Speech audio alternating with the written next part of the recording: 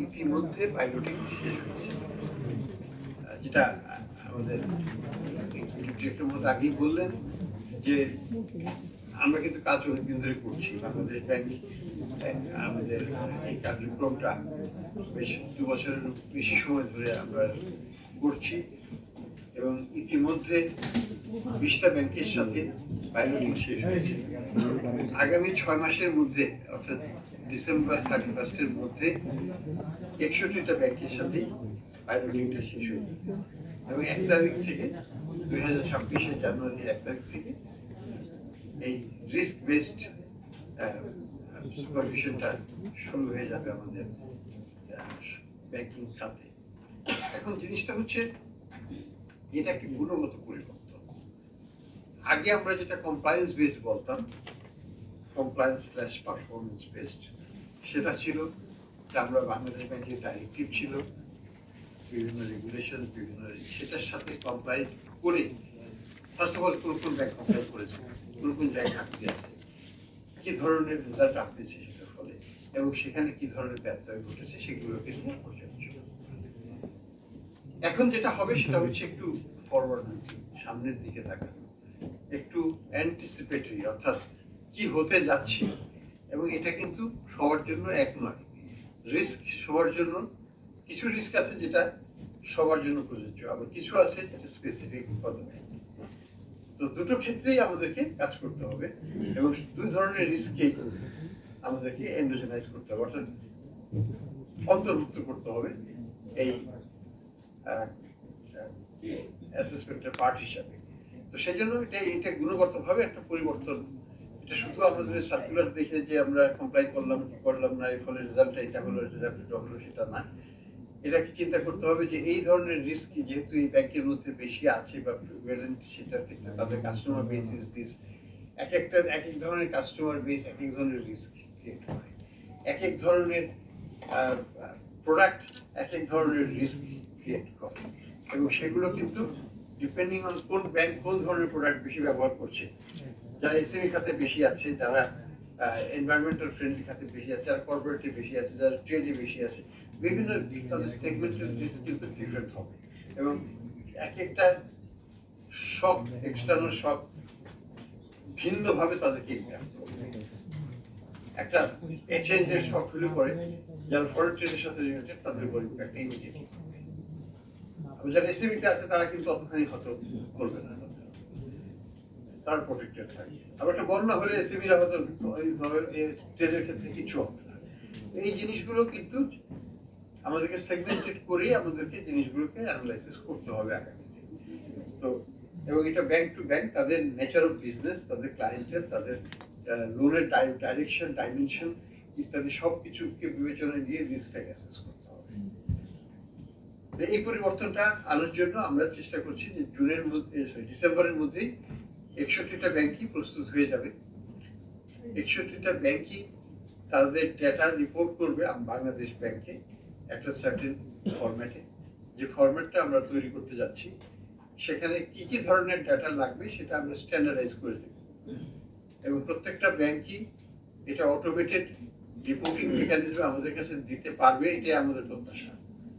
যারা পারবেন না তাদের কাছ থেকে আমরা আশা করবো যে 6 মাসের মধ্যে যেন তারা সেই অবস্থায় নিয়ে যায় যাতে সেটা পারেন। তা আমরা এটা একটা আমাদের সার্বিক যেসব কার্যক্রম তার একটা অংশ, একটা বড় অংশ। এখানে কিন্তু কয়েকশো আমাদের যারা ইন্সপেকশন সুপারভিশনের সাথে জড়িত তার কয়েকশো staff, senior, junior, mid level সবাই কিন্তু এখানে থাকবেন এটার সাথে। এবং আমাদের পুরো যে সুপারভিশন ওয়ার্ক ফ্রেমওয়ার্ক সেটাকে আমরা পুরো বাংলাদেশের ব্যাংকের ভিতরে আমরা রিস্ট্রাকচার করে দিচ্ছি। আমরা এখন আপাতত 12টা ভাগে ভাগ করে ফেলা হচ্ছে, যেটা 12টা ভাগে আবার 61টা ব্যাংকে 12টা ভাগে আমরা ভাগ করে দিব এবং এক একটা গ্রুপ অফ ব্যাংকের উপর তাদের নজরদারিটা রাখবে। এটাই হচ্ছে আমাদের এখনকার পরিকল্পনা এবং যেটাকে আমরা বলবো যে 360 ডিগ্রি সুপারভিশন, অর্থাৎ সবকিছুই এই গ্রুপগুলোই করবে। এখনো off site, on site, this site, এগুলো হবে না। সবগুলোকে একসাথে করে 360 ডিগ্রি সুপারভিশন হবে। পুরো জিনিসটা যেন এই গ্রুপের কাছেই থাকে এবং গ্রুপের মেম্বার যারা থাকবেন তারা সেটাকে অ্যানালাইসিস করে একটা কম্প্রিহেন্সিভ রিস্ক অ্যাসেসমেন্ট তৈরি করবে, যেটা আমরা ব্যবহার করব পলিসি মেকিং এ। আমাদের যে এনগেজমেন্ট উইথ দ্য কমার্শিয়াল ব্যাংকগুলো যেটা হবে সেটা ওইটার ভিত্তিতে হবে। তো এই শিফটটা একটা বড় রকমের পরিবর্তন আমরা আশা করব, যেটা আমরা করতে পারবো শৃঙ্খলতার সাথেই, এবং জানুয়ারি মাস থেকে কার্যক্রমটা শুরু হয়ে যাবে। এটার সাথে আপনাদেরকে একটু বলে রাখি, এটার সাথে আমরা আবার IFRS 9 কে বাস্তবায়ন করতে যাচ্ছি। এখানেও কিন্তু আমাদের আশেপাশে সব দেশ এবং পৃথিবীর বেশিরভাগ দেশই অলরেডি IFRS 9 চলে গেছে, আমরা এখনো যেতে পারিনি এবং এই যাত্রাটাও কিন্তু সহজ নয়। আমরা আশা করছি যে 2027 সালের জানুয়ারি থেকে এটাকে চালু করা যাবে। এটা একটা, আমি বলবো, একটু উচ্চবিলাসী, কারণ পৃথিবীর বেশিরভাগ দেশেই করবে যেটা 3-4 বছরের নিচে করতে চায় না। আমরা 2 বছরে করার চেষ্টা করব, দেখা যাক কি হয়। তো সেটাও একটা বড় একটা দিক হবে, কারণ আমার যদি এই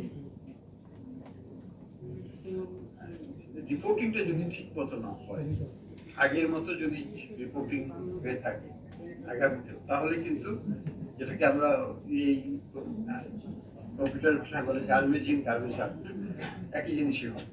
অর্থাৎ আমরা এমন সব তথ্য দেবো যে তথ্যের ভিত্তিতে যে পারফরমেন্স হবে সেটা ওইভাবেই হবে। কাজেই আমাকে কিন্তু আমার রিপোর্টিংটাকে ঠিক করতে হবে, অ্যাকাউন্টিং গুলোকে ঠিক করতে হবে, সেটাকে ফরওয়ার্ড লুকিং করতে হবে। সেই জন্য আমরা IFRS 9 কেও সমানভাবে জোর দিচ্ছি, কারণ ইন্সপেকশনটা তো খাওয়ার উপর হবে না, এটা তো তথ্যের ভিত্তিতেই হবে। আমার অ্যাকাউন্টিং ক্লাসিফিকেশন এগুলো যদি আমি শক্তিশালী করতে না পারি, এর গুণগত মান বাড়াতে না পারি, তাহলে ইন্সপেকশন টিমও কিন্তু গুণগতভাবে কাজ করতে পারবে না। তো সেই জন্য এই দুটোকেই আমাদেরকে সমান্তরালভাবে এগিয়ে নিতে হবে, যদিও সিকুয়েন্সিয়ালি আমরা একটার পর আরেকটা রাখছি, কারণ একসাথে তো সব করা সম্ভব হবে না, সেটা উচিত হবে। তো এটাই আমাদের প্রত্যাশা। আমরা চাই বাংলাদেশ ব্যাংকে লক্ষ্য হচ্ছে ব্যাংকিং খাতটা যেন সুসংগঠিত হোক, ব্যাংকিং খাতটা অন্যান্য দেশের মতো এবং উন্নত দেশগুলোর মতো যেন একটা ভালো একটা ভূমিকা রাখতে পারে আমাদের অর্থনৈতিক উন্নয়নে, সেটা আমাদের প্রত্যাশা। আমরা চাই প্রত্যেকটা ব্যাংকই যেন তাদের গ্রাহকদের আস্থার জায়গা হতে পারে। আমরা চাই তারা যেন প্রত্যেকেই গ্রাহককে ধরে রাখে, অ্যাট্রাক্ট করতে পারে এবং নতুন নতুন ফাইন্যান্সিয়াল প্রোডাক্ট দিয়ে আমাদের অর্থনীতিকে সমৃদ্ধ করতে পারে। ব্যাংকিং আর্থিক খাত কোন স্থবির কার্যক্রম না, এটা একটা ডাইনামিক প্রক্রিয়া, এটা চলমান, এটা নদীর মতোই প্রবাহিত। কাজে এখানে আমাদেরকে কন্টিনিউয়াসলি কাজ করে যেতে হবে। ইনোভেশন কোনো শেষ নাই, শুরু হয়েছে কবে জানি না, বাট শেষ কবে হবে তাও জানি না, কিন্তু আমরা চলতে থাকবো, আমাদের কার্যক্রম চলতে থাকবে নদীর মতোই। নদী কবে শুরু হয়েছে আমরা কেউ নদীও জানি না, বা শুরুতে একসময় হয়েছে। তো আমাদের চলতে থাকবে, এই রিফর্মের কোনো শেষ হবে না, একটা রিফর্ম যাবে আরেকটা আসবে, এবং যেটাকে আমরা বলি রিস্কের কোনো শেষ নেই।